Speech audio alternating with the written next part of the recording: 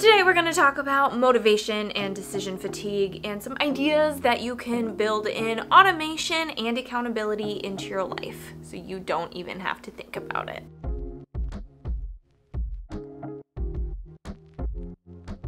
If this is your first time here, welcome. We have a lot of new faces because I did the silly thing of actually telling the world that I'm making these videos, and honestly the response was humbling and truly unexpected, and I could not be more grateful for your time. So thank you so much for coming back to visit, and if this is your first time, I hope you find what is to come useful and something that you can implement in your own life, because around here I'm just trying to let you know what I'm doing to live more intentionally and give you ideas on how maybe you can as well. Before I share with you ideas on how you can automate your own life and build in that accountability aspect, there's two things we need to talk about, and the first one is decision fatigue.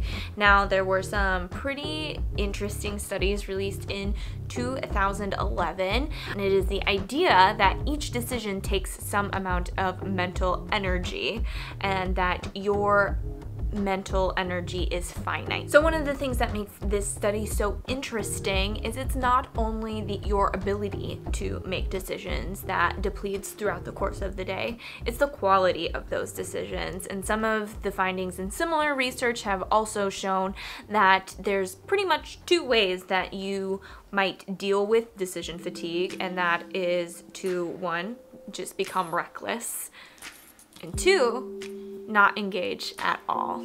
There's a New York Times article that explains decision fatigue way better than I possibly could right now. So if this is something you're interested in, I'll make sure to link to that article in the description below. The second thing that I think you should consider when you are figuring out ways to cut corners and eliminate unnecessary decisions throughout your day is your motivation style. You may have heard of Gretchen Rubin before. She authored the book, The 4 Tendencies, and her theory is that there are 4 motivation styles. There is a quick and easy quiz for you to take on her website, GretchenRubin.com, to figure out what your motivational style is, but just by naming them, you probably have a pretty good idea what category you fall under. The first motivational style is the upholder, and that is someone who meets outer expectations and inner expectations. Next, you have the obliger, somebody who easily meets outer expectations but struggles to meet inner expectations. And the opposite of that would be the questioner, someone who resists outer expectations, asking a lot of questions as to why they should uphold those expectations, but easily meets inner expectations. And lastly, there is the rebel, who resists any expectations at all. The reason I bring this up is because if you are an obliger like myself, you probably need to build in some accountability into your day. Otherwise, you are unlikely to uphold those inner expectations that you have set for yourself. And there's nothing wrong with being an obliger. Most people are. According to Gretchen Rubin's research, 41% of respondents are obligers. And the second most popular category is questioner. And both of those tend to need a little bit more accountability, which brings us to my first idea for automating your life. And if you aren't already doing this, I'd really like to know why. And that is setting up your accounts for automatic payment. And that's all of your accounts: your credit card, your car loan, your student loan, your phone bill, the electricity, all of it. Just take it off your to-do list. And if you've chosen not to set up your accounts for automatic payment because of financial reasons, I think that even just setting like an automatic calendar reminder like a day or two before is something that might save you some decision fatigue, because one, you're probably paying late payments because it is likely that you are going to forget. I know I forget to pay my rent almost every month, but that is like the one bill that I have to remember to do, and I always forget it.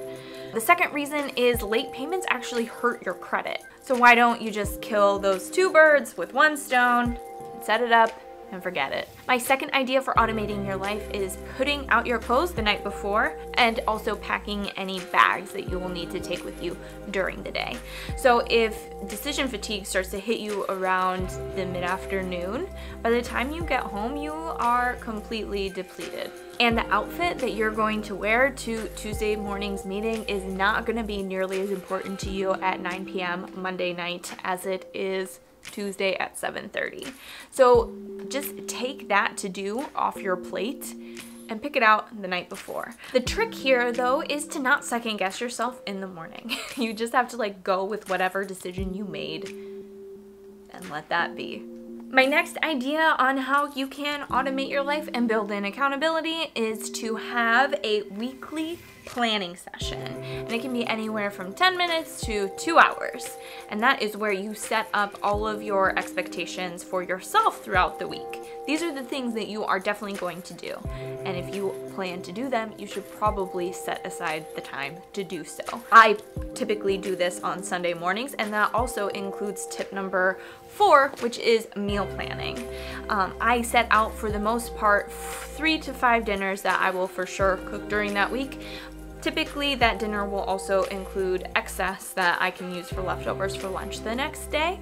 And I do that grocery shopping on Monday nights very regularly. If you're not someone who has the time for grocery shopping, there are excellent automation tools like Instacart that you can order the groceries ahead of time and save you the hassle of going through the supermarket and making each individual decision. What a world we live in. Or there's excellent services like Blue Apron, or what's the other one? There's a lot of them. You know what I'm talking about, right? By Googling meal delivery service, you're bound to find something that stands out at you, whether it's Blue Apron or HelloFresh, or even something like Imperfect Produce. And that is just one less thing that you would have to worry about. My next 2 ideas are more for personal fulfillment, but they really build in that accountability aspect. And the 5th idea I'm going to share with you today is to join some sort of community group. I personally am part of a book club that meets monthly. This could also be anything from like a bowling league to like a bird watching group. Just something that you are like interested in and passionate about and is going to be like a great use of your time that also is engaging with other people. So if you don't show up for some reason, somebody's gonna notice. And if you're an obliger, you are more likely to make time for that activity because somebody else is waiting on you. It's the same thing with like getting a buddy system for the gym. It's important to pick environments that are supportive and that will actually bring you some sort of joy instead of tear you down. If you are signing up for something that is going to cause you a lot of stress or just bring unnecessary negativity into your life, maybe you need to find a different event to attend. And my last idea came from a lot of the feedback I received when I announced that I had started a YouTube channel last week, and that is to start your own YouTube channel or blog or portrait focused Instagram feed, whatever that like nagging creative idea that you have. I cannot tell you how gratifying it is to share it with the world and to give people the opportunity to appreciate it. And that automatically builds in the accountability because there's somebody out there that is waiting for exactly what it is that you have to offer, what you have to make, what you have to say. So tip number 6, start some sort of creative pursuit and then schedule it regularly. And let me know in the comments below if you have any ideas on how to automate your life and reduce that decision fatigue, or if you know what your motivation style is and how you can build in tricks throughout your day to keep you at the top of your game and fulfilling on all the expectations both you and the world have set on you. Okay, thank you so much for your time and attention. If you like what you saw here, please hit that like button, subscribe if you're into it. If not, thanks for checking me out. I'm really just pleased that you made it this far. I hope you have a great week. I will see you next Monday, and between now and then, I hope that you fulfill all of your hopes and dreams. And if not, come back and we'll talk about it. It was a reoccurring activity. I'm scripting these next time. What if this isn't recording?